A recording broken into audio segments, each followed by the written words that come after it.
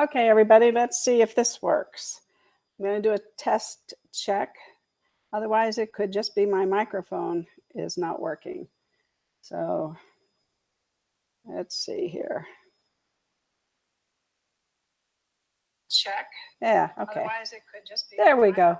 Okay, so what I'm saying is, and let me put this back up here real quick since you didn't hear me.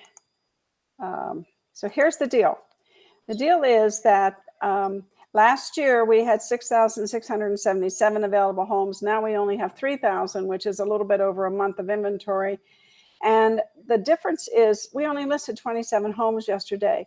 Last year, same day, we listed 138, and we closed the same amount. We put 109 under contract last year. But if you look at last year, we were selling 100 a day. And year to date, this year, we're selling 142 per day. However, when we calculate the days of inventory, we take the 3,000 divided by 90, which is the average daily sales, and that gives us the available inventory as of today. So that is the big difference here. We had twice as many homes for sale last year, almost 2 months of inventory. And this year, of course, we're very short on inventory. We're almost in half. But look at this. We're not listing enough homes. What can I say? You need to list more homes.